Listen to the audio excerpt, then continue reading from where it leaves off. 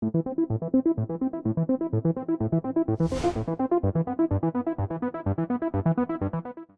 பிரதேச மாநிலத்தில் இருக்கிற அந்த கஜுராகோ கோயில் இருக்கு இல்லையா, அங்க ஒரு விஷ்ணு சிலை, ஒரு 7 அடி உயரம் உள்ள விஷ்ணு சிலை, அது தலை சிதைக்கப்பட்டுருச்சு.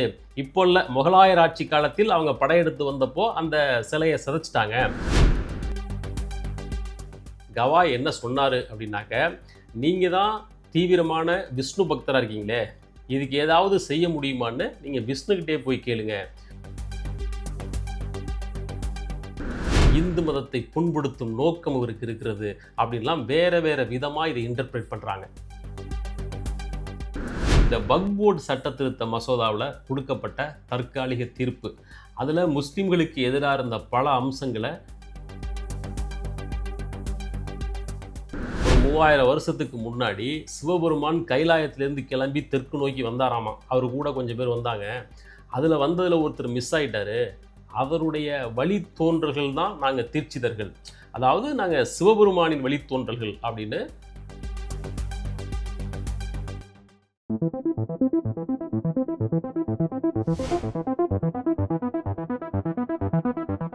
உச்சநீதிமன்ற தலைமை நீதிபதி BR கவாய் ரிசைன் பண்ணணும், Gavai must go, Gavai must resign, இதெல்லாம் நேற்று எக்ஸ் தளத்தில் ட்ரெண்டான ஹேஷ்டாக்ஸ். இப்போ திடீர்னு கவாய் மேலே என்ன பிரச்சனை அப்படின்னு பார்த்தோம்னா, 2 நாளைக்கு முன்னாடி சுப்ரீம் கோர்ட்டில் ஒரு கேஸு.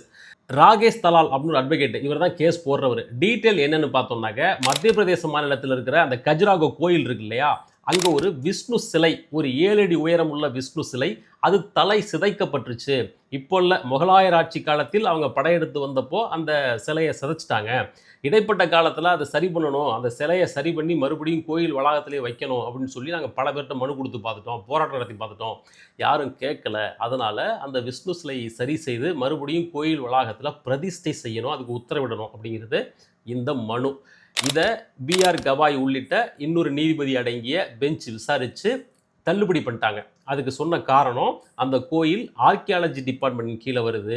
ஒரு ஆர்கியாலஜி டிபார்ட்மெண்ட்டின் கீழ் இருக்கிற கோயிலில் பழுது பார்க்கவும் பராமரிக்கவும் மட்டும்தான் அரசுக்கு அதிகாரம் இருக்கிறதே தவிர ஒரு கன்ஸ்ட்ரக்ஷன் ஒர்க்கெல்லாம் பண்ண முடியாது அப்படின்ற கிரவுண்டில் ரிஜெக்ட் பண்ணிட்டாங்க.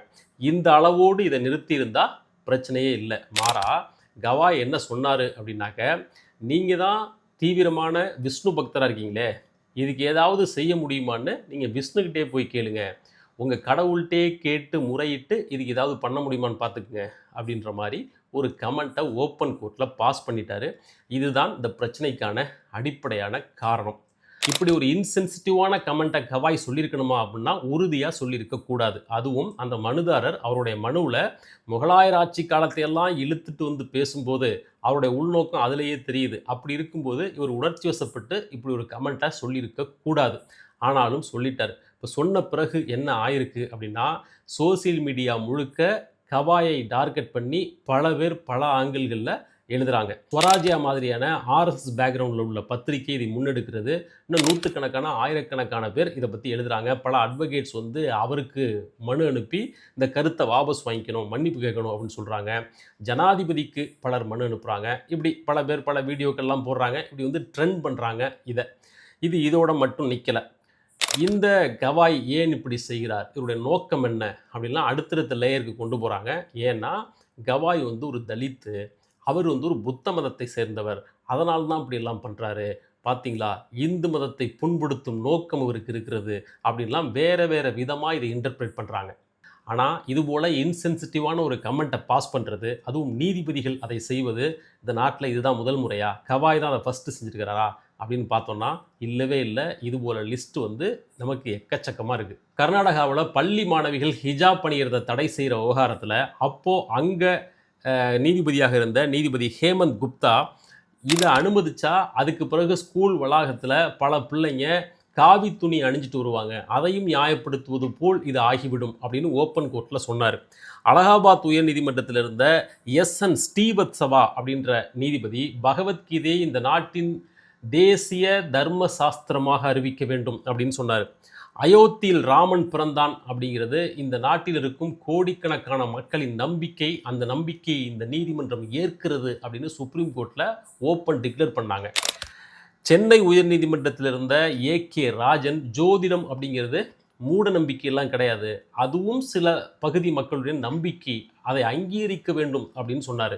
பாலியல் வன்கொடுமை நடப்பதற்கு சம்பந்தப்பட்ட பெண் தான் காரணம் அப்படின்னு சொல்லி அலகாபாத் உயர்நீதிமன்ற நீதிபதி சஞ்சய் குமார் சொன்னார். அதே அலகாபாத் நீதிமன்றத்தில் ஒரு பெண்ணின் மார்பகத்தை தொடுவதும் அவருடைய கீழாடையை அவிழ்ப்பதும் பாலியல் வல்லுறவு செய்யும் நோக்கத்தோடு தான் அதை செய்தார்கள் அப்படின்னு சொல்ல முடியாது அப்படின்னு இன்னொரு நீதிபதி சொன்னார். பசுமாடுகளை தேசிய விலங்காக அறிவிக்க வேண்டும் அப்படின்னு சொல்லி ராஜஸ்தான் மாநில உயர்நீதிமன்ற நீதிபதியாக இருந்த மகேஷ் சந்திர சர்மா இவர் சொன்னார். ஸ்ரீசா நந்தா அப்படின்ற பெங்களூர் நீதிபதி முஸ்லீம்கள் அதிகம் வசிக்கும் பகுதியை பாகிஸ்தான் அப்படின்னே வர்ணித்தார். இப்படி லிஸ்ட்டு பெருசாக போகுது. இப்படி நமக்கே பல இது தெரியும். நம்ம ஊரில் ஜிஆர் சுவாமிநாதன் ஒரு ஜட்ஜ் இருக்கிறாரு மதுரை உயர்நீதிமன்ற கிளையில். அவர் இது போல் பல கருத்துக்களை சொல்லியிருக்கிறாரு.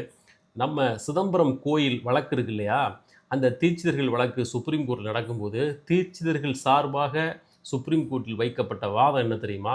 ஒரு 3000 வருஷத்துக்கு முன்னாடி சிவபெருமான் கைலாயத்திலேருந்து கிளம்பி தெற்கு நோக்கி வந்தாராமா. அவர் கூட கொஞ்சம் பேர் வந்தாங்க. அதில் வந்ததில் ஒருத்தர் மிஸ் ஆகிட்டாரு. அவருடைய வழித்தோன்றல்கள் தான் நாங்கள் தீட்சிதர்கள், அதாவது நாங்கள் சிவபெருமானின் வழித்தோன்றல்கள் அப்படின்னு இவங்க தீட்சிதர்கள் தரப்பில் ஒரு ஆர்கியூமெண்ட் வைக்கப்பட்டு அதை சுப்ரீம் கோர்ட் ஏற்றுக்கொண்டது. ஸோ இது போன்ற இன்சென்சிட்டிவான கட்டுக்கதைகளை நம்பி ஒரு தீர்ப்பே வழங்கிய வரலாறெல்லாம் இந்திய நீதித்துறைக்கு இருக்கிறது. ஆனாலும் கவாய் மீது மட்டும் ஏன் ஒரு வெறி கொண்ட தாக்குதலை இவங்க நடத்துகிறாங்க அப்படின்னு பார்த்தோம்னா, அவர் மிக்சடு ஜட்ஜ்மெண்ட்ஸ் நிறைய கொடுத்துருக்கிறார். இப்போ ஆர்டிகல் 370 அபாலிஷனில் அவர் ஒரு சர்ச்சைக்கிடமான ஸ்டாண்டை எடுத்தார். டிமானிட்டைசேஷனில் அரசுக்கு சார்பான நிலைப்பாட்டை தான் எடுத்தார். வேறு சில வழக்குகளில் எது நிலைப்பாட்டை எடுத்தார். இப்படி அவர் மிக்சடான ஜட்ஜ்மெண்ட்ஸ் தான் கொடுத்துருக்காரு. இருந்தாலும் இவர் மீது இப்போதைய கோபத்துக்கு உடனடியான காரணமாக இருப்பது அப்படின்னு பார்த்தோம்னா, இந்த வக்ஃப் போர்டு சட்ட திருத்த மசோதாவில் கொடுக்கப்பட்ட தற்காலிக தீர்ப்பு. அதில் முஸ்லீம்களுக்கு எதிராக இருந்த பல அம்சங்களை இவர் கவாய் நீக்கி இருக்கிறார். அதற்கு ஒரு தடையை வழங்கியிருக்கிறார். இது இவங்க மனசில் ஒரு கோபத்தை உருவாக்கியிருக்கு. இப்போ ட்விட்டரில் பலர் கவாயை பற்றி எழுதுகிறாங்க இல்லையா, அவங்க இந்த வக்ஃப் போர்டு சட்டத்தில் இவர் கொடுத்த ஜட்ஜ்மெண்ட்டை சேர்த்து வச்சு தான் எழுதுகிறாங்க. அது மட்டும் இல்லை, இவர் ஒரு தலித் என்பதால் மட்டும்தான் இவர் சுப்ரீம் கோர்ட்டுக்கு தலைமை நீதிபதியாக வந்தார். 2010 கேஜி பாலகிருஷ்ணனுக்கு பிறகு சுப்ரீம் கோர்ட்டில் ஒரு தலித் நீதிபதியே இல்லை. அதனால் அந்த கோட்டாவில் இவரை கொண்டு வந்துட்டாங்க. மற்றபடி இவருக்கு அந்த தகுதியெல்லாம் கிடையாது. பார்த்தீங்களா, ரிசர்வேஷனே ஒஸ்ட்டு அப்படின்லாம் இதை இன்னொரு டைமென்ஷன் கொடுத்தும் எழுத தொடங்கியிருக்காங்க.